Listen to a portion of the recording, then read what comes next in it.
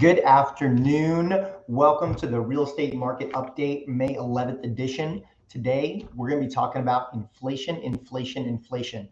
Thanks so much for joining me. I'm your host, Sean Richard, and this is SRT Live. And I'm here with a special Wednesday edition of SRT Live. Some of my resources have been down lately, so I had to postpone the event till today, or the podcast till today. But thank you so much for joining me. Excited to be here. Well, let's dive in. We've got a lot to cover today.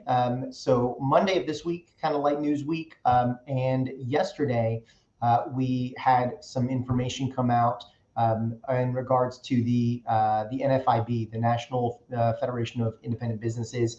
Basically, it's small businesses' confidence meter in how they feel that business is going to be going in the future, and came in at 93.2. Relatively confident, but the number of businesses that felt that business was going to decline was actually at one of its highest numbers. So we have to keep an eye on that. I think we all know that the recession is on the way. You've heard me talk about it a number of times, and I think that small businesses are foreshadowing that as well.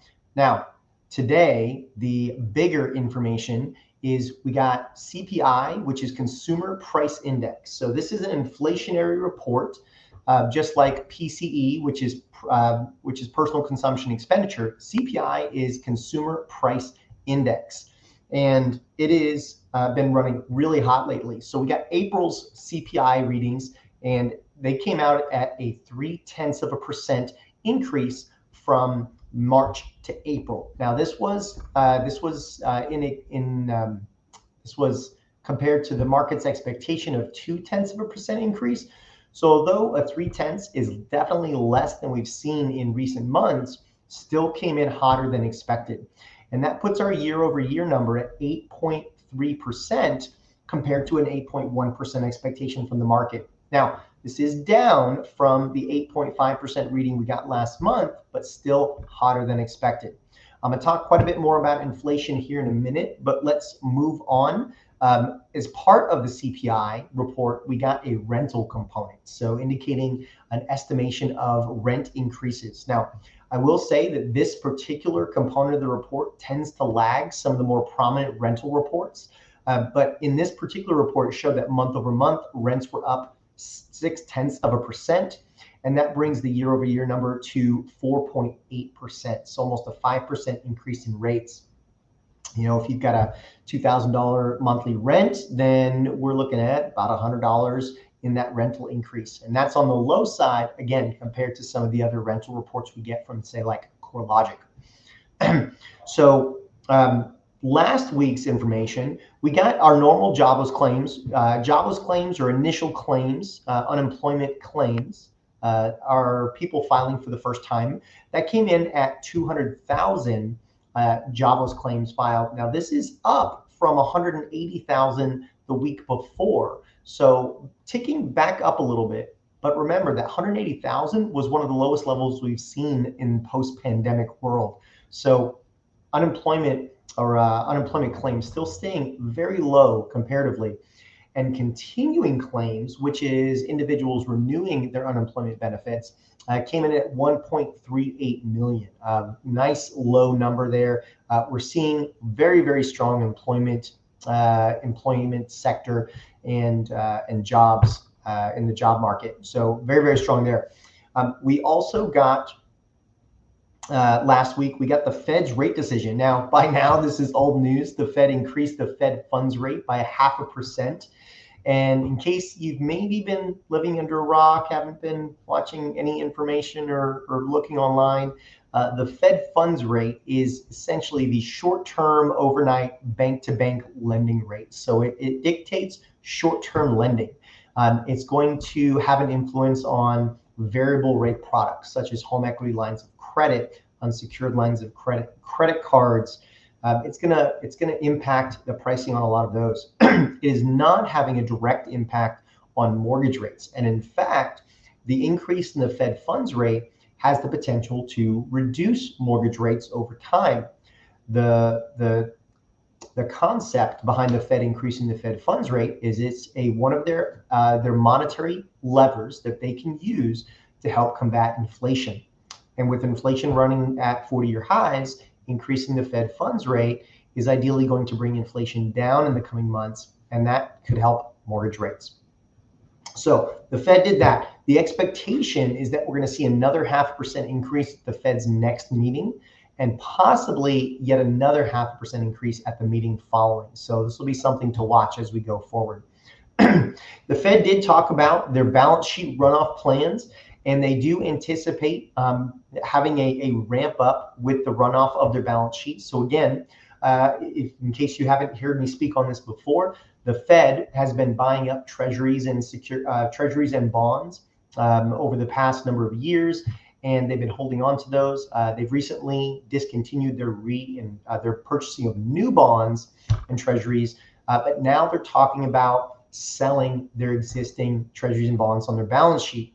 And they revealed their plan to do so. So their plan is to ramp that up over a 3-month period up until they get to about 47 million in runoff a month.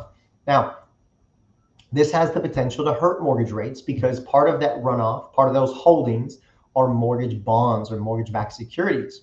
And if the Fed starts to sell those, then that's going to flood the market with mortgage bonds, and that's likely going to reduce the price and therefore pushing interest rates higher. So let's keep an eye on that as well.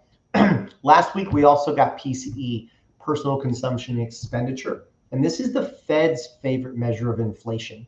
This one actually does not take into consideration housing. So not my favorite measure of inflation, because housing right now is a major pain point when it comes to inflation, with rents as well as home prices rising and interest rates rising. So I think that cost for housing is an important metric when it comes to the affordability and the inflationary aspects of our economy. But we did get personal consumption expenditure last week, and that came in month over month at 0.9%. And that was up from a 0.5% increase from the month prior. So we are still seeing inflation run quite hot, and I think we're going to continue to see that rise, maybe not immediately, but into the summer months. And again, I'll talk about that in a moment. Let's take a quick look ahead at later this week. So tomorrow we get PPI, which is Producer Price Index. So unlike Consumer Price Index, which measures inflation at the consumer level, Producer Price Index measures inflation at the producer level, at the manufacturer level. And remember, when producer cost goes up, it doesn't mean that 100% of that will get passed on to the consumer. You may have the producers decide to absorb some of that. They may pass some of that along to the consumer. They may look at other cost-cutting actions that they can take to help keep their numbers in line. So although they go hand in hand, increases to Producer Price Index aren't always going to be congruent on the Consumer Price Index report. But we are getting the Producer Price Index tomorrow. So let's keep an eye out for that. All right. So what are we looking for heading into the rest of this week and next week? Well, next week we get a lot of housing data. We're getting building permits as well as housing starts. So we're going to get to see what's actually hitting the ground from a new building, a new construction standpoint. If you haven't seen this before, the amount of new builds have plummeted over the last decade. And I'm going to go pull this up for you here so that way you can see this. So pardon me just a moment. Let's see. Let me see if I can find this quickly.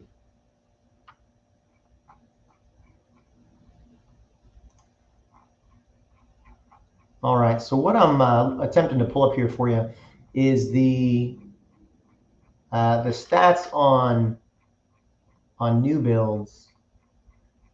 Yeah, I'm not going to be able to find it fast enough, but essentially from 2000